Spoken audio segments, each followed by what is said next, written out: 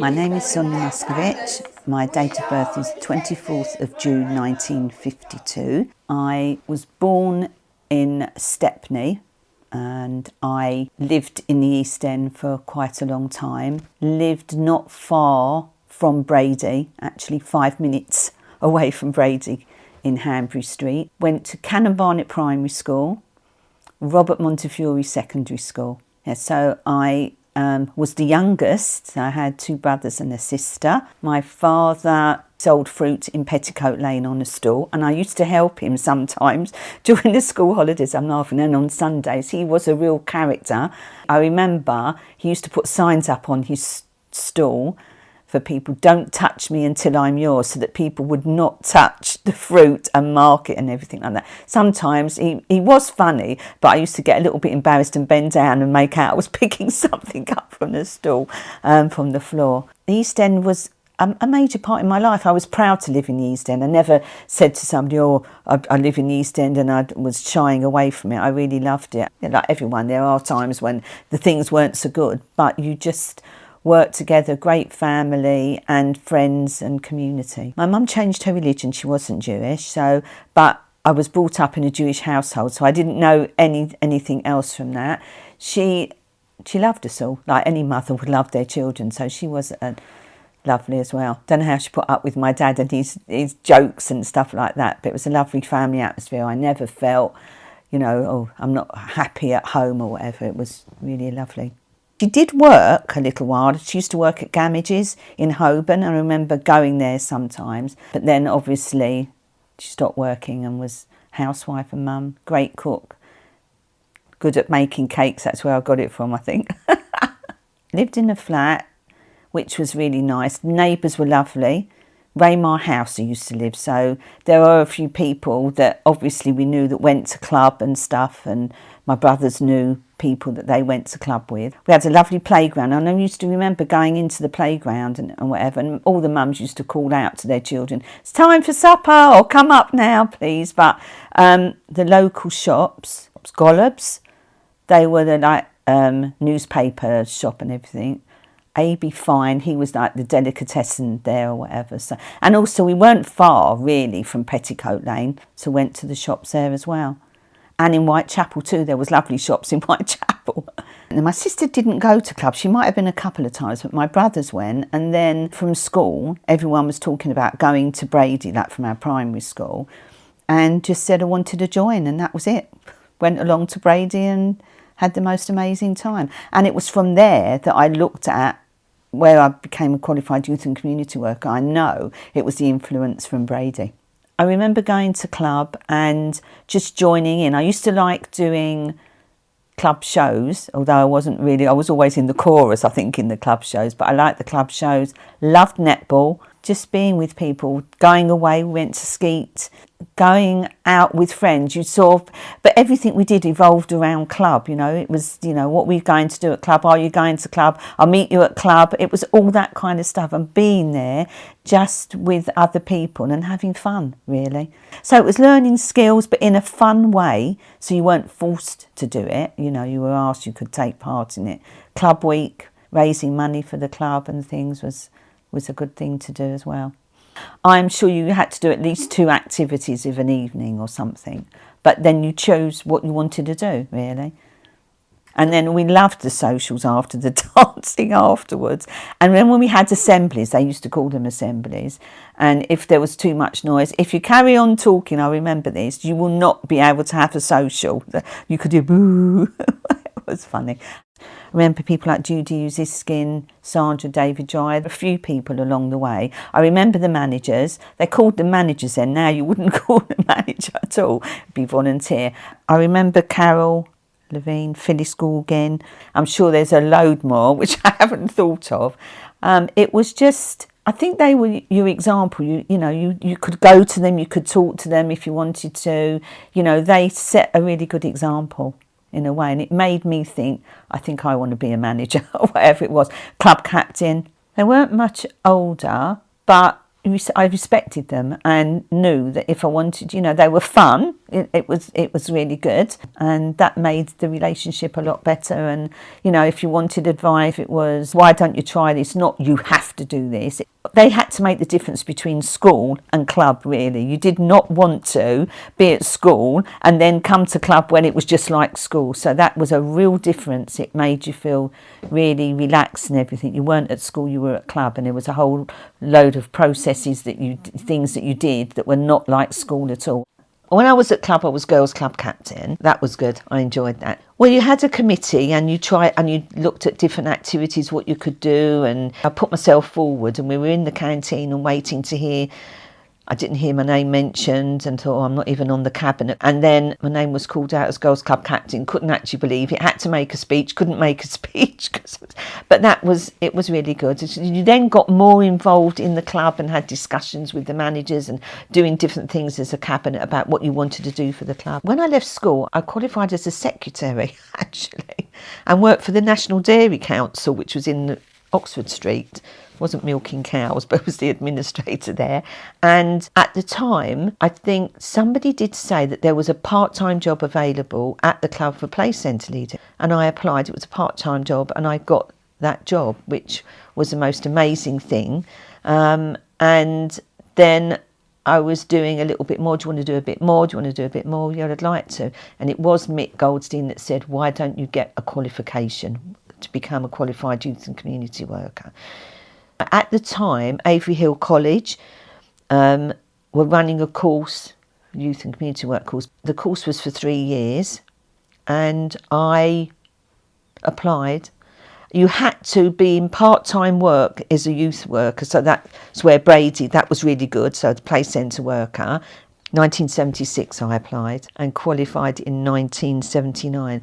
And for me then, the difference, and it really was, I was the only Jewish person on that course. I tell you where it applied. When there was like food in the canteen, there was no provision at all. So I had to have I think it was vegetarian or whatever.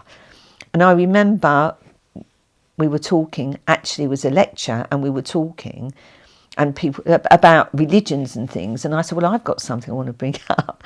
I said, you've not made any provision for somebody that's Jewish that only eats kosher. And my tutor then was just like gobsmacked, apologising, really, really sorry for this, and so sorry, we will need to look into that. But it was only a little thing. It made a difference, I think, in a way. Part of the course was to go away on residential. You had a choice. You could either go to Leicester or Barbados. There were some that chose Leicester. Can't believe it. So we actually went to Barbados. Amazing for 2 weeks. Totally amazing. We had to live with families. You had a choice. The family were amazing. So lived with the family, but also went around the island and did work with young people in a sense. And I remember once that we went to a children's home. I'll never forget this. And as we walked to the children's home, we looked across, and there was children that looked like they were in a prison because they were below and they were looking up at the window that had bars to the window, and we were just like, that was really, really awful. So we did tours of the island, but we worked with people, we spent time with the children, and actually qualifying was great. And then it was girls' club leader, so it's like a little bit of promotion, I think. And then that became full-time at Brady, girls' club leader, play centre leader. Running activities, because that was a thing as well, working with the volunteers, new people coming in, new members coming in. When somebody wanted to join the club, that was, you had to come along. It was like an interview, really. You had to come along with your parents and say why you wanted to join. Looking at activities, finding out what the young people wanted to do. There were club shows, so got involved in that. And using my skills, but you're always learning anyway. So even though qualifying doesn't mean to say you know everything, you're learning every day. I suppose in a way you had to be a bit tough as well, so you were having to make decisions. You were looking after like the health and safety of the young people as well. You had to gain people's respect in a way, but you couldn't always just say you can do whatever you want, it's absolutely fine. I think you had to look at what you were doing and say, I'm planning it, if we're doing this, we need to make sure we've got enough people to go along with our... It was all that kind of stuff that when you were a member you never used to really think about. You just saw the managers there and that was fine. And I think in the building, if we did things like club shows, it was selling the tickets, auditions, making sure, we gave everybody a place. We didn't just say, right, you're not going to be in the club show because you're not very good. Brady Maccabi opened in 1979 in Edgware. And at that time, I was doing 3 days at Brady in the East End and 2 days at Brady Maccabi. So there was still even though Brady Maccabi had opened, Brady in the East End was still going, not to its full extent, obviously it wasn't. People in the East End were moving out, either over to Essex Way or to North West London. Oxford and St George's moved to Southgate, North West London. So at that time, people were moving away, so there wasn't the need. And also I think, if I remember rightly, that to keep the building, there wasn't the finances to keep the Brady building going.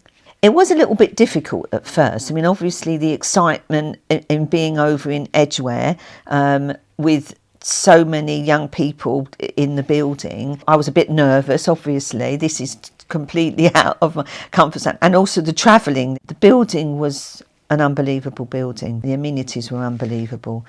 A canteen, we called it. There was the canteen, there was a gym downstairs, a sports hall, a photography room, everything, absolutely everything. Sometimes I'd go, when I was at Brady, it would be, oh, what's that like? But we did some joint things with the members. So that I think at one stage a group came over from Edgware and then we took a group from Brady over to Edgware. So it was a little bit like that. It was, for me, strange, but they were all young people joining. It didn't matter where you were, they were joining in activities, taking part in things, whether you were in the East End or you were in Edgware. It made no difference. They all wanted to do activities, meet and make new friends and things. I think the membership at one stage was 1,700. And because of working, in a way, we couldn't take everybody in, so you had to register to come into the building. 200 was the maximum we could take, so parents had to phone up to book their child in. And also the start from the beginning, getting people to volunteer. We actually called them, they were called managers, but nowadays it's a volunteer. But so recruiting people to volunteer. I was full-time girls club leader in 1980. And then senior youth worker from 1981 to 1983. Everything that what we did at Brady, even when I was a member, thinking, let's see if we can do this in Edgware. And I think things like Club Week we did, Club Week, club shows, fashion shows, doing things for others as well. Football was a major part of the club, and I actually think the Brady Maccabi had 12 football teams from youth up to seniors.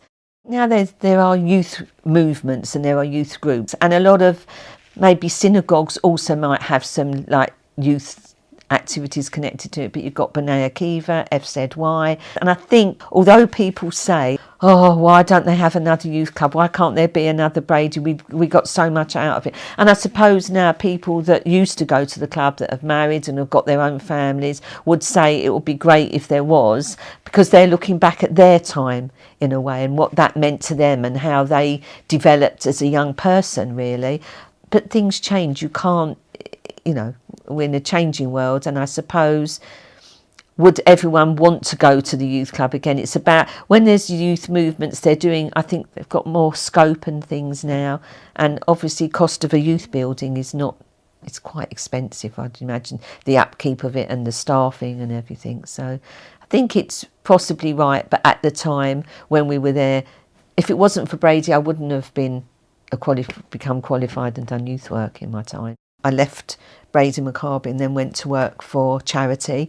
I worked for Norwood, and they ran a service called Unity, which was a recreational service for children and young people with disabilities. So I took my Brady stuff there as well and just adapted everything. So doing different activities and things, but adapting it to the needs of the young people.